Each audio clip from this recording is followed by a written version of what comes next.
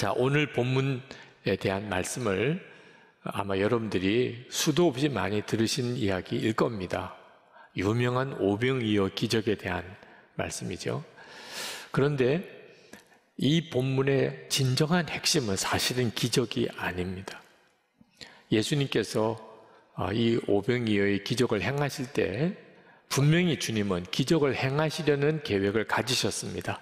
무리들이 예수님을 향하여 막 말씀과 천국 복음을 들으려고 올 때에 엄청나게 많은 사람이 들판으로 나오는데 그들이 때가 되었지만 밥을 먹을 수 있는, 식사를 할 수 있는 여건이 전혀 되지 않았습니다. 그때 예수님께서 기적을 행해서라도 저들이 굶지 않게 해야 되겠다, 그런 마음을 가지셨습니다. 6절에 보면 예수께서는 자기가 하실 일을 잘 알고 계셨던 것이다, 이미 그런 마음을 가지셨어요. 그렇지만 예수님의 뜻은 기적에 있지 않았습니다. 만약에 예수님께서 기적을 행하시는 것만 목적하셨다면 빌립과의 이야기나 안드레의 순종이나 그 어린 소년의 오병이어 도시락 헌신이나 또는 이 사건 이후에 일어났던 여러 논란들이 필요 없었을 거예요. 예수님의 뜻은 사실은 단순히 기적을 행하는 것이 아니었습니다. 그래서 예수님께서 이미 기적을 행하려고 계획하셨으면서도 빌립에게 질문을 던집니다. 5절 말씀에 우리가 어디에서 빵을 사다가 이 사람들을 먹이겠느냐. 요한이 예수님이 이런 질문을 빌립에게 한 이유를 말하기를 빌립을 시험하려고 했다, 그런 말씀을 했습니다. 그 말은 예수님께서 빌립에 대해서 걱정을 하고 계셨다는 거예요. 아, 빌립이 큰일인데, 빌립이 저런 모습으로 계속 있으면 안 되는데, 이렇게 생각을 했다는 겁니다. 아니나 다를까 빌립이 예수님께서 어디서 빵을 사다가 이 사람을 먹이겠느냐, 그러니까 금방 계산을 합니다.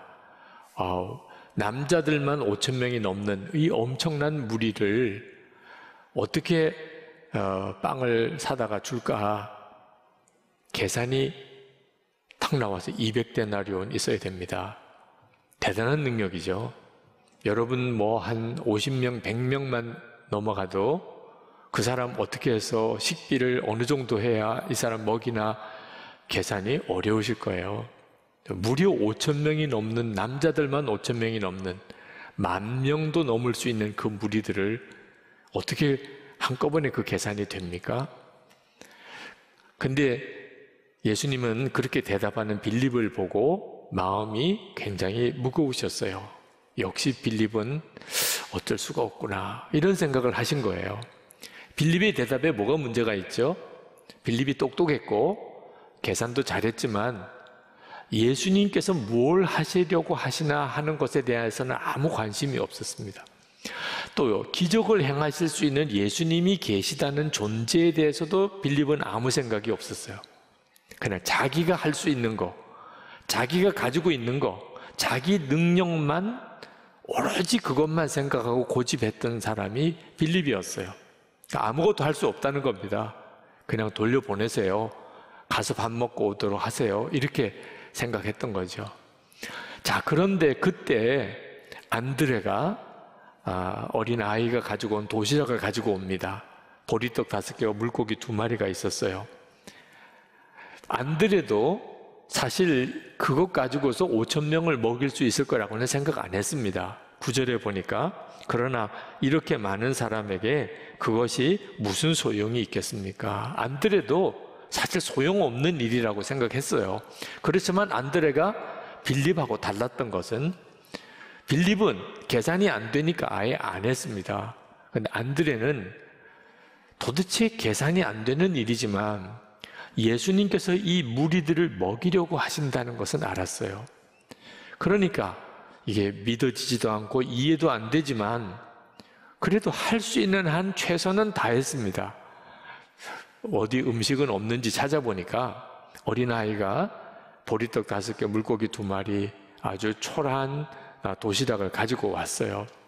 그거 가지고 예수님에게 달려온 겁니다. 계산도 안 되고 논리도 없어요. 그렇지만 한 가지 분명한 것은 주님이 이 무리들을 먹이려고 하시는 것은 알았고 자기가 할 수 있는 것은 그것밖에 없었지만 일단 그거라도 가지고 순종의 걸음을 내디딘 거죠.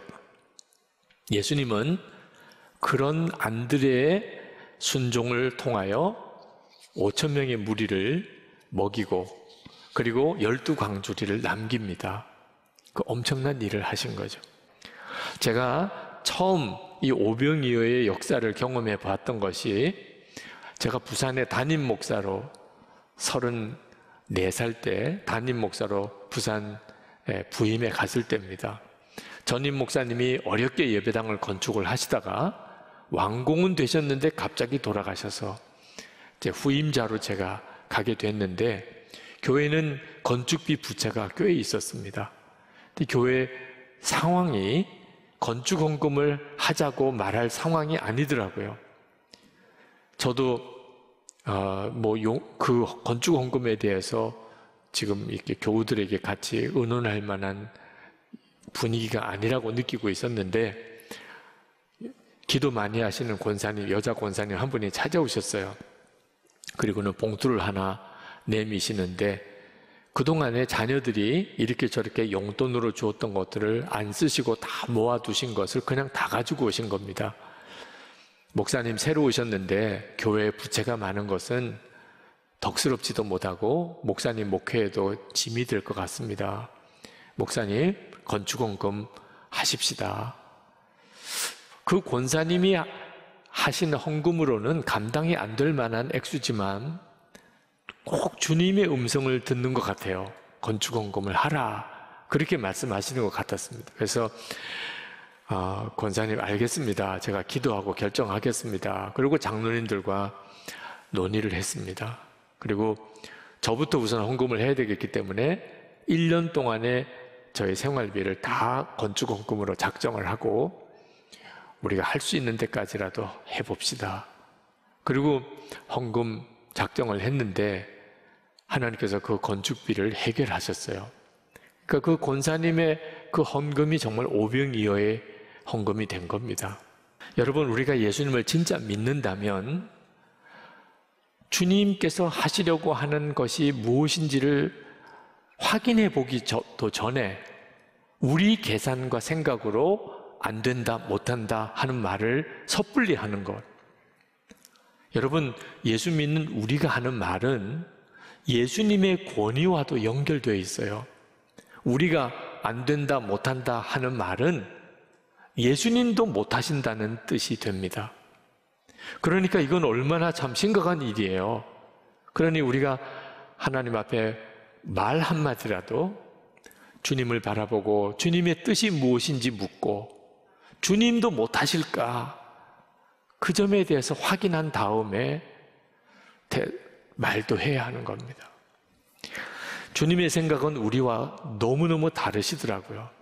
매번 어떤 상황이든 처음에 떠오르는 내 생각과 판단이 있습니다. 그런데 주님의 뜻이 무엇인지 묻고 또 물으면 주님의 생각은 제 생각과 다를 때가 너무너무 많습니다.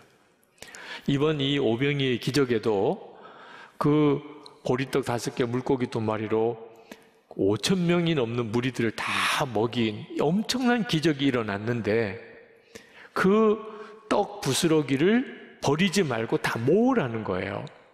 그 모아봤더니 12광주리가 되더라는 겁니다. 그 엄청난 기적을 행하신 분으로서는 잘 이해가 안 되는 말씀을 하신 거예요. 만약에 떡이 더 필요하면 기적을 더 행하시면 되잖아요. 굳이 먹고 남은 부스러기를 모아가지고 12광주리나 만들 이유가 있겠어요? 절약을 하라는 건가? 낭비하지 말라는 뜻인가? 그렇지가 않습니다. 이제 다음번 요한복음 6장 하반절까지 읽어보시면 알지만 예수님께서 지금 이 떡을 그 무리들에게 먹이신 것은 단순히 배고픔을 해결하려고 하심이 아니었어요. 예수님이 진짜 주시고 싶으신 것은 생명의 떡, 예수님 자신이었습니다. 그래서 내 살을 먹으라는 말씀을 이제 나중에 하세요.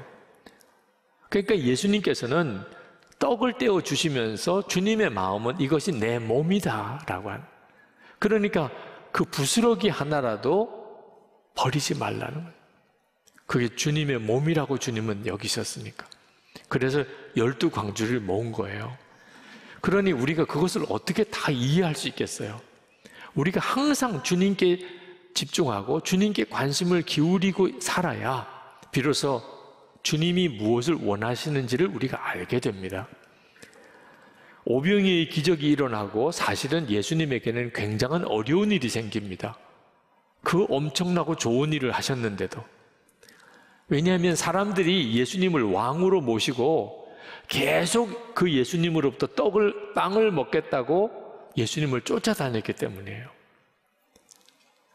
예수님께서 그들을 피해서 일단 산으로 가십니다. 혼자서. 나중에는 이제 예수님을 결국 찾아내고 이제 또 난리가 벌어집니다. 그 말씀은 다음 주일에 드리겠어요. 사람들이 예수님을 왕으로 모시고 옹립하려고 하는 일이 좋은 일 같이 보이지만 예수님은 아셨어요. 그들이 육신의 양식인 빵만 원한다는 걸. 예수님은 영생을 주시고 싶으신 거거든요. 그러니까 우리 생각과 예수님의 생각이 언제나 이렇게 잘 안 맞습니다. 그러므로 우리가 예수님을 믿는다면 개인 일이든 가정 일이든 교회 일이든 여러분의 일터에서의 일이든 항상 예수님의 뜻이 무엇인지를 바라보는 자세가 있어야 됩니다. 여러분이 100% 옳다고 생각하는 일조차도 주님의 뜻은 무엇입니까? 주님은 뭘 원하십니까? 물어야 돼요.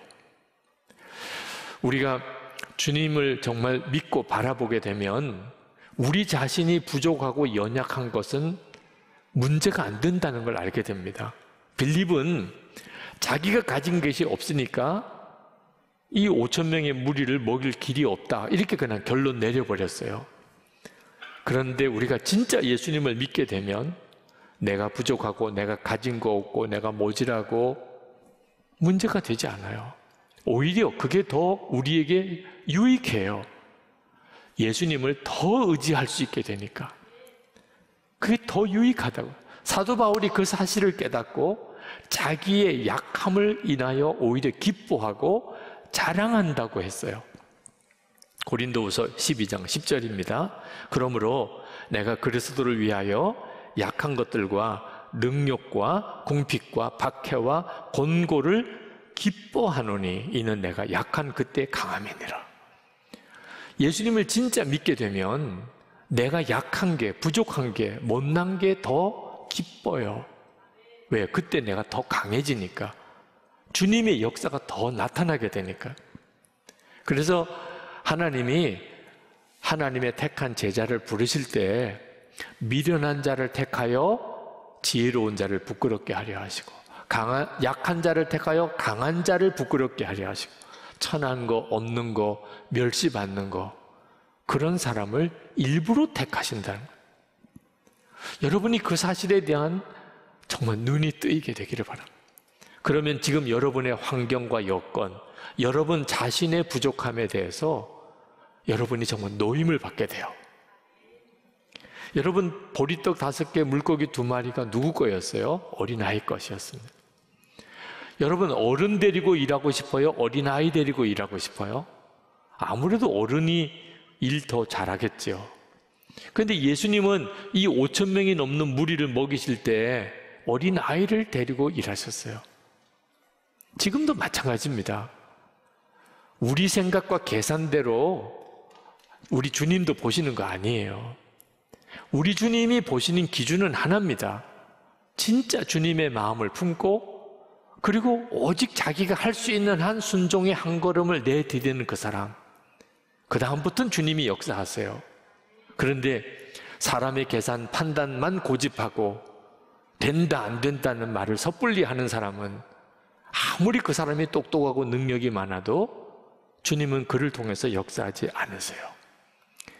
저희 할아버지께서는 우리의 한국교회 선교 초창기에 평신도로 목사가 되신 분입니다. 신학교 다니셔서 이제 목사의 과정을 밟으신 게 아니고 뭐 집사, 권사로 이렇게 일하다가 목사가 되신 거나 마찬가지 분이세요. 6.25 전쟁 때 순교하셨지만 일제시대 때도 말할 수 없이 고생을 하셨는데 먹고 사는 게 실제로 없는 상황이었습니다. 그때 당시에 목회자의 형편이에요. 오죽했으면 시장에 빵을 받아다가 좌판에다가 빵을 파는 일을 하려고 생각하셨을 정도입니다. 며칠을 그렇게 시장에서 빵을 파는 일을 하셨대요. 근데 할머니께서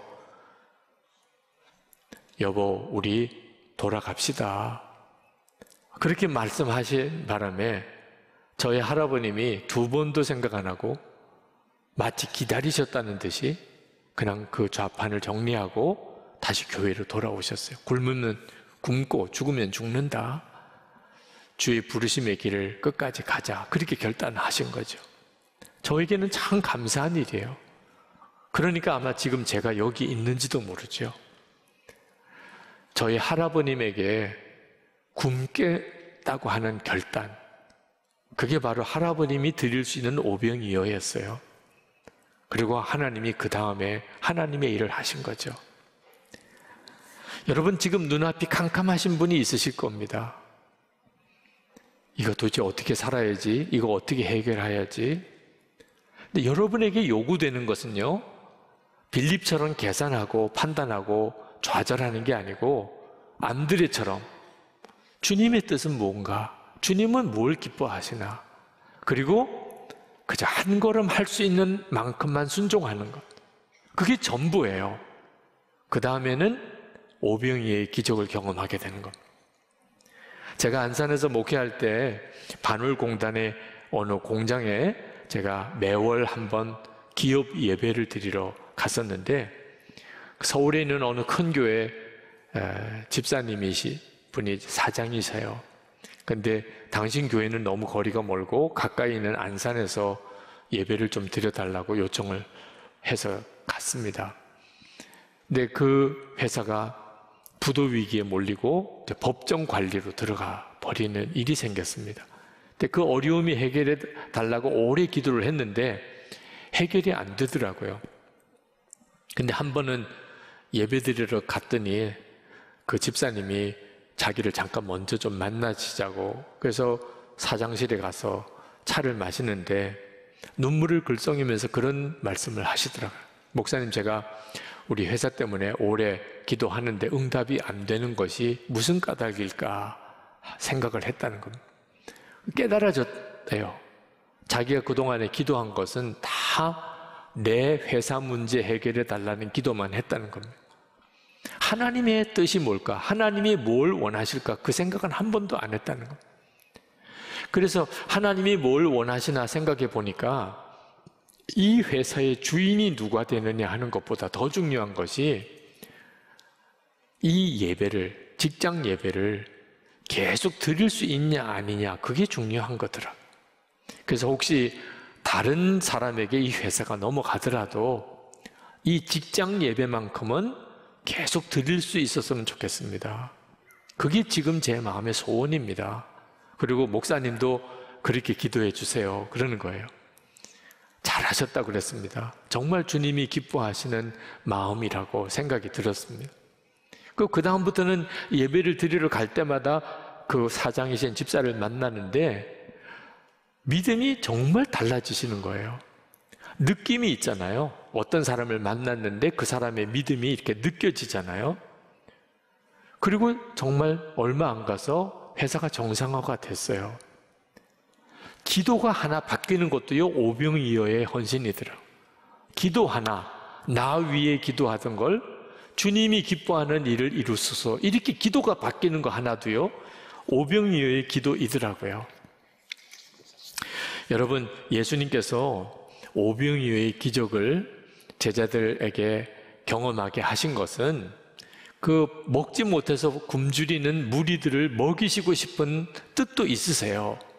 주님은 그런 분이십니다. 그렇지만 주님의 진짜 목적은 제자들이 이제부터 사도가 되어서 제 교회를 치리하고 복음을 땅끝까지 전할 때 이런 오병이어의 기적이 일어나야 될 형편의 일들이 계속 일어날 것이기 때문입니다.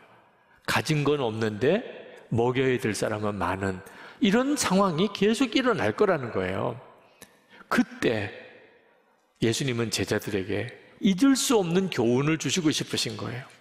여러분, 제자들이 보리떡 5개, 물고기 2마리 가지고 사람들에게 나눠줄 때 계속 나오는 거예요. 떡이 계속 나오는 거예요.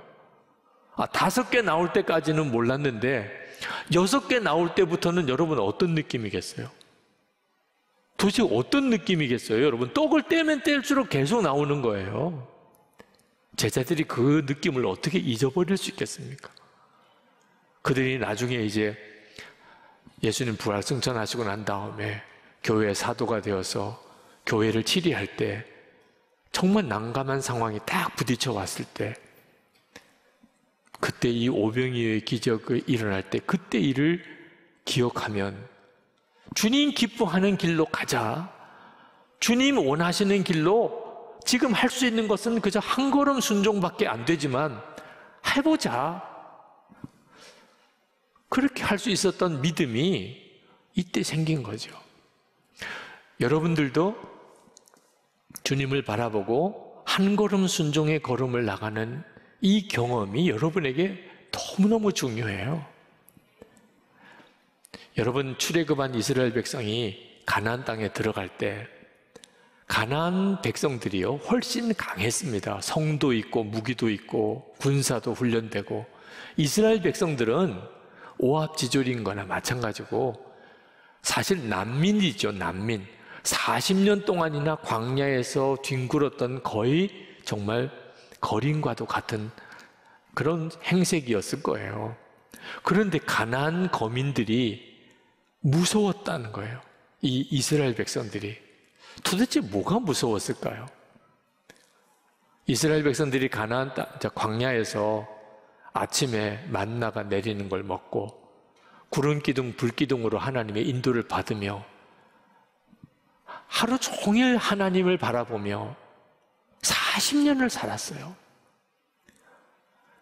40년 동안 매일 하나님을 바라보며 살았던 300만 그 이스라엘 사람,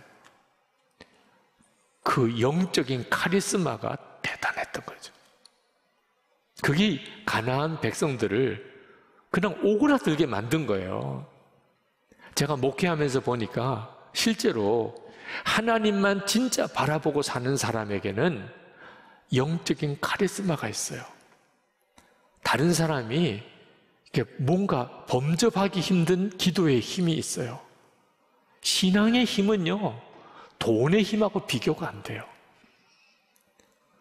웨슬리 목사님께서 죄 외에는 두려워하지 않고 오직 하나님만 갈망하는 100명의 설교자를 주십시오. 그러면 제가 지옥의 문을 뒤흔들어 놓겠습니다. 그게 무슨 말인지를 실제로 목회해 보니까 알겠더라고요. 하나님만 바라보시는 분, 이분들이 가지는 영적인 힘이 성도의 능력이에요. 여러분, 주님 바라보고 사는 거 절대로 작게 생각하면 안 됩니다.